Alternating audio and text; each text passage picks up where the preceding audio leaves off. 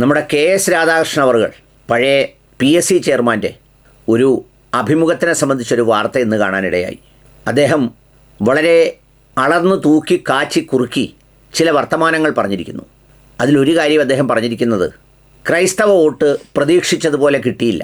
മുനമ്പം നിലനിൽക്കുന്ന ചെല്ലാനം അടക്കമുള്ള പ്രദേശത്ത് ഞാൻ പ്രചരണത്തിന് പോയി. പക്ഷേ ഞങ്ങൾ നിർത്തിയ സ്ഥാനാർത്ഥി തോറ്റമ്പിപ്പോയി എന്ന് മാത്രമല്ല, ഞങ്ങൾ ഏതാണ്ട് 2000-ഓളം മിടുമിടുക്കന്മാരായ ക്രിസ്ത്യൻ സ്ഥാനാർത്ഥികളെ മത്സരിപ്പിച്ചിരുന്നു. നാമമാത്രമായി ആണ് ജയിച്ചത്. വളരെ കൂടുതൽ ആളുകൾ, മിടുമിടുക്കനും കേമന്മാരുമായ ആളുകൾ പലരും പരാജയപ്പെട്ടു എന്ന് മാത്രമല്ല, തൃശ്ശൂരിൽ ഏതാണ്ട് 75,000-ഓളം വോട്ട് ചേർത്ത അനീഷ് എന്ന് പറയുന്ന അവിടുത്തെ ഒരു പാർട്ടിയുടെ ചുമതലയുള്ള ആളാണ് യഥാർത്ഥത്തിൽ സുരേഷ് ഗോപിയെ വിജയിപ്പിച്ചത്. അല്ലാതെ അവിടെ ഇവിടെയൊക്കെ ക്രിസ്ത്യാനികളുടെ വോട്ട് കിട്ടി എന്നുള്ളതല്ലാതെ അതിൽ കൂടുതലൊന്നും കാര്യമായി സഹായം കിട്ടിയില്ല എന്ന് മാത്രമല്ല, എറണാകുളം, പത്തനംതിട്ട കുറേ ജില്ലകൾ അദ്ദേഹം എടുത്തെടുത്ത് പറയുന്നുണ്ട്. ആ ജില്ലകളിലൊക്കെ മുസ്ലിം ക്രിസ്ത്യൻ ഏകോപനം UDFന് അനുകൂലമായി വന്നു എന്നാണ് അദ്ദേഹത്തിൻ്റെ വർത്തമാനം. ചുരുക്കത്തിൽ ഞാൻ പോയെടുത്തെല്ലാം തോറ്റു. നമ്മൾ ചൂണ്ടയിടുമ്പോൾ കൊരുത്തിടുന്നത് പോലെ 12,000-ഓളം ക്രൈസ്തവ പേരുകാരായുള്ള സ്ഥാനാർത്ഥികളെ മത്സരിപ്പിച്ചിട്ട് വെള്ളം കൂടി കിട്ടിയില്ല.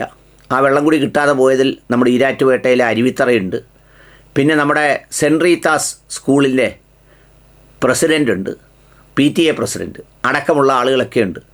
അവിടെയൊക്കെ ബഹുമാനപ്പെട്ട ഞാൻ പ്രചരണത്തിന് പോയിരുന്നു. പക്ഷേ വെള്ളം കൂടി കിട്ടിയില്ല എന്നാണ് പറഞ്ഞത്. എൻ്റെ കെ.എസ്. രാധാകൃഷ്ണൻ സാറേ, നിങ്ങൾ വിചാരിക്കുന്ന പോലെ മുഴുവൻ ആളുകളും സ്ഥാനമോഹികളും അല്ലെങ്കിൽ എന്തെങ്കിലും കിട്ടുന്നതിന് വേണ്ടി എന്ത് നിലപാട് സ്വീകരിക്കുന്നവരല്ല. പ്രത്യേകിച്ച് ക്രൈസ്തവ മതത്തിലുള്ള ആളുകൾ, അവർക്ക് അവരുടേതായ രാഷ്ട്രീയ നിലപാടും ബോധ്യവുമുണ്ട്. പിന്നെ 10-60 ലക്ഷം മനുഷ്യരുള്ളതിൽ നിന്ന് 10,000-2,000 ആളുകളെ കണ്ടെത്താൻ നിങ്ങൾക്ക് പ്രയാസമൊന്നും വരില്ല. അത് ഇന്ന് മാത്രമല്ല, പണ്ട് ജീസസിൻ്റെ കാലത്തും ഒറ്റുകാരെ കിട്ടിയിരുന്നല്ലോ, അവരെ ഉപയോഗിച്ചിരുന്നല്ലോ. ചിലപ്പോൾ താൽക്കാലികമായ വിജയം നേടിയെന്ന് തോന്നിപ്പിക്കുകയും ചെയ്തല്ലോ. പക്ഷേ ആത്യന്തികമായി അത് പരാജയപ്പെടുകയുള്ളൂ. മുസ്ലിം വിരോധം പറയുമ്പോൾ കുറച്ച് ആളുകളൊക്കെ ഇതോടൊപ്പം കൂടി നമുക്ക് റെഡിയാക്കാം എന്നൊക്കെ പറഞ്ഞ് ചാടി ഇറങ്ങി പുറപ്പെട്ടാലും ക്രിസ്ത്യൻ സമൂഹത്തിൽപ്പെട്ടവർ ഈ രാജ്യത്ത് നടക്കുന്ന എല്ലാ കാര്യങ്ങളും അറിയുന്നവരാണ്, വായിക്കുന്നവരാണ്, എല്ലാമാണ്. ഇടക്കാലത്ത് എപ്പോഴോ വെച്ച് കുറച്ച് ആളുകൾക്കൊക്കെ ഒരു തോന്നലുണ്ടായിരുന്നു, നമ്മളെയും കൂടെ സംരക്ഷിച്ച് കളയും, നമ്മളെ സംരക്ഷിക്കാനാണ് ഈ വരുന്നത് എന്നൊക്കെ. എന്നാൽ ഉത്തരേന്ത്യയിൽ നിന്ന് പിന്നെ കിട്ടിയ വാർത്തകളൊന്നും ഗുണകരമായില്ലെന്ന് മാത്രമല്ല, കേരളത്തിലെ കന്യാസ്ത്രീകളെപ്പോലും ജയിലിലിടുന്ന സ്ഥിതിയിലേക്കും അവരുടെ സ്ഥാപനങ്ങൾ പോലും ആക്രമിക്കപ്പെടുന്ന സ്ഥിതിയിലേക്കുമൊക്കെ എത്തുമ്പോൾ സാറെന്തെങ്കിലും പ്രതീക്ഷിച്ച് വളർത്തിക്കൊണ്ടുവന്ന പാർട്ടിയെയും കൂടെ നിന്നവരെയും ഒറ്റുകയും അതുപോലെ അവിടെ നിന്ന് പോയി എന്ത് വൃത്തികേടുകളും പറയുകയും ചെയ്യുന്നത് പോലെ വൃത്തികെട്ടവരാണ് ക്രിസ്ത്യൻ സമുദായത്തിലെല്ലാം ഉള്ളത് എന്ന് താങ്കൾ പ്രതീക്ഷിച്ചെങ്കിൽ അത് താങ്കളുടെ വൃത്തിഹീനമായ മനസ്സിൻ്റെ ഒരു ചിന്ത മാത്രമായിരുന്നു. എങ്ങനെയാണ്, എന്തിനാണ് ക്രിസ്ത്യാനികൾ BJPക്ക് വോട്ട് ചെയ്യേണ്ടത്? ഈ വാർത്ത ലേറ്റസ്റ്റ് വാർത്തയാണ്, ഒന്ന് കണ്ടു നോക്കൂ. ഗുജറാത്തിൽ ക്രൈസ്തവ മിഷണറി സ്കൂൾ സർക്കാർ ഏറ്റെടുത്തതിൽ പ്രതിഷേധം ശക്തമാകുന്നു. അഹമ്മദാബാദിൽ പ്രവർത്തിക്കുന്ന പ്രമുഖ ക്രൈസ്തവ മിഷണറി സ്കൂളായ seventh day adventist higher secondary സ്കൂളിന്റെ ഭരണമാണ് സംസ്ഥാന സർക്കാർ ഏറ്റെടുത്തത്. സ്കൂൾ ഭരണത്തിൽ ഗുരുതരമായ ക്രമക്കേടുകൾ നടന്നുവെന്ന് ആരോപിച്ചാണ് BJP നേതൃത്വത്തിലുള്ള സർക്കാർ ഈ നടപടിയെടുത്തത്. സെവൻത് ഡേ അഡ്വന്റിസ്റ്റ് ദേവാലയത്തിന്റെ കീഴിലാണ് ഈ സ്ഥാപനം പ്രവർത്തിക്കുന്നത്. അഹമ്മദാബാദിലെ മണിനഗർ പ്രദേശത്ത് സ്ഥിതി ചെയ്യുന്ന ഈ സ്കൂളിന്റെ ഭരണ ചുമതല ഡിസംബർ 16-നാണ് ജില്ലാ വിദ്യാഭ്യാസ ഓഫീസർ ഔദ്യോഗികമായി ഏറ്റെടുത്തത്.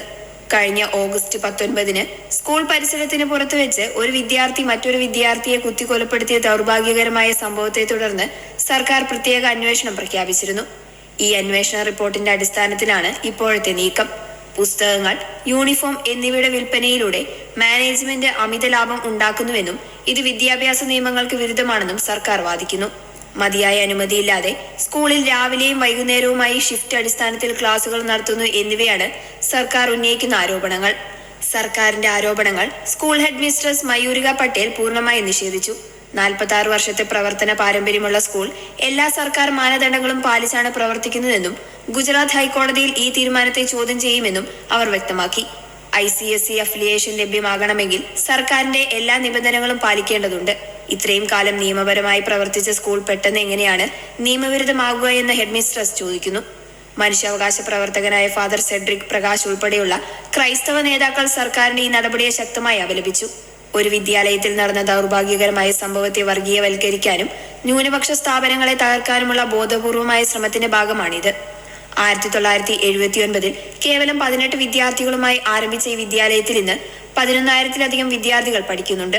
ഈ സ്കൂളിന്റെ ഭരണം സർക്കാർ ഏറ്റെടുത്തത് ഗുജറാത്തിലെ മറ്റു ന്യൂനപക്ഷ വിദ്യാഭ്യാസ സ്ഥാപനങ്ങളിലും ആശങ്കയുണ്ടാക്കിയിട്ടുണ്ട്. വിദ്യാഭ്യാസ മേഖലയിൽ മിഷണറിമാർ നൽകുന്ന സംഭാവനകളെ ഇല്ലാതാക്കാനുള്ള രാഷ്ട്രീയ നീക്കമാണിതെന്ന് മനുഷ്യാവകാശ പ്രവർത്തകർ ആരോപിക്കുന്നു. കണ്ടോ, 46 വർഷം കൊണ്ട് പ്രവർത്തിച്ച ഒരു സ്കൂളാണ് അങ്ങ് ഏറ്റെടുത്തു. കാരണം പറയുന്നത് എന്താ? 2 കുട്ടികൾ തമ്മിൽ സ്കൂളിൻ്റെ പുറത്ത് വെച്ച് കത്തിക്കുത്തുണ്ടായി.